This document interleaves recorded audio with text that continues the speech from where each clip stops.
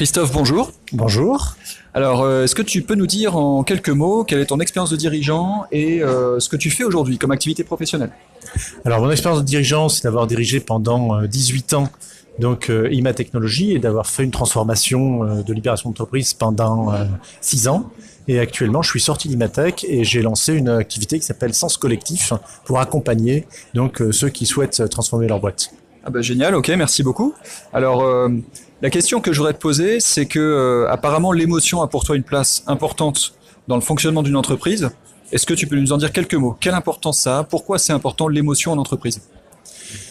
Bizarrement, je vais peut-être étonner tout le monde, mais en fait, on a deux cerveaux, le cerveau droit et le cerveau gauche, donc ça, c'est quand même pas très nouveau. Donc, généralement, dans une boîte, on fait une espèce d'horlogerie, c'est-à-dire qu'en fait, on va créer un truc de façon à ce que ça fonctionne le mieux comme une machine, un peu avec des tas de rouages, de façon à essayer de faire ressembler les hommes à des rouages d'une horlogerie.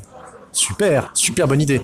Et en fait, on n'est pas tout à fait comme ça. C'est un peu comme si tu faisais un truc avec plein de petites boîtes de cases et tout qui sont l'émission, et puis tu essaies de faire rentrer les hommes qui sont des ronds dans les petites cases carrées. T'as qu'à voir ce que ça fait. Et donc, en fait, ce qui est intéressant, c'est de laisser développer aussi toute notre créativité, notre émotion, notre autre nous, qui sommes le moi profond, de façon à pouvoir être nous-mêmes. Et donc, l'émotion, c'est notre autre façon de discuter, de parler, c'est l'instinct, c'est tout ce qui doit revenir. En fait, l'idée, c'est de passer d'une société qui est une horlogerie à une communauté de destin, qui sont les destins des hommes qui la composent. Extraordinaire, ça fait envie. Si on zoome un petit peu, dans le fonctionnement d'une équipe, qu'est-ce que ça apporte de libérer l'émotion, la place de l'émotion dans une équipe, quelle que soit sa taille? C'est dans une équipe, en fait, les gens vont parler de façon plus normale, plus cohérente. Ils vont arrêter de trouver des langages qui sont pas les leurs. Ils vont être eux-mêmes. Donc, en fait, ils vont être beaucoup plus puissants. Ils vont être au fond d'eux-mêmes. De toute façon, l'émotion, c'est ce qu'on va rechercher, même au-delà de l'équipe. C'est-à-dire que là, comme nous, on faisait de la relation client, ce qui est important, c'est de pouvoir trouver l'émotion dans la relation client. C'est la même chose dans une équipe. C'est-à-dire qu'en fait, si tu n'attends pas que les gens te disent exactement ce que tu as envie d'entendre, tu entends qu'ils te parlent de toi, qui soit en diapason avec toi, qui soit dans un univers que tu comprends. Et c'est exactement ce qu'on va rechercher en relation client pour faire une relation client comme on l'aime. Et pour pouvoir faire ça, tu es obligé d'avoir un fonctionnement dans l'équipe qui est déjà à ce niveau-là. Parce qu'on ne peut pas montrer à l'extérieur un truc dont on n'a pas les échantillons. Ouais, et justement, puisque tu parles de relation avec les clients, qu'est-ce que ça donne?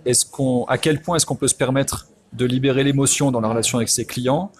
Qu'est-ce que tu peux nous en dire? Éventuellement une anecdote, ou bien voilà, qu'est-ce qui te semble important à partager sur la place de l'émotion dans la relation avec les clients? C'est justement ce qu'on cherche. C'est-à-dire qu'en fait, si tu voulais une réponse très normée, très carrée, tu vas être très content. Les robots font ça très bien. D'ailleurs, aujourd'hui, on va utiliser des robots pour aller prendre nos billets de train et on regrette pas de ne pas appeler la plateforme téléphonique de la SNCF. Sauf si on avait quelqu'un qui dit « Bonjour Olivier, comment vas-tu ?» Ouais, ça va, ça se passe bien. Est-ce que je peux faire quelque chose de plus? Est-ce que tu as besoin de quelque chose de toi? Est-ce que je peux m'occuper de toi? Parce qu'en fait, ce qu'on va chercher, c'est pas tellement le service, c'est la façon dont on va nous rendre ce service. C'est-à-dire, est-ce que je suis, oui ou non, important pour cette marque-là? Et quel est le niveau d'attention que je peux porter à l'autre? Et ce niveau d'attention, il n'est pas cognitif, il est émotionnel. Et donc, en fait, c'est la chaleur ajoutée, c'est ce que je vais pouvoir apporter qui va donner un niveau différent et qui va me démarquer franchement de mes concurrents.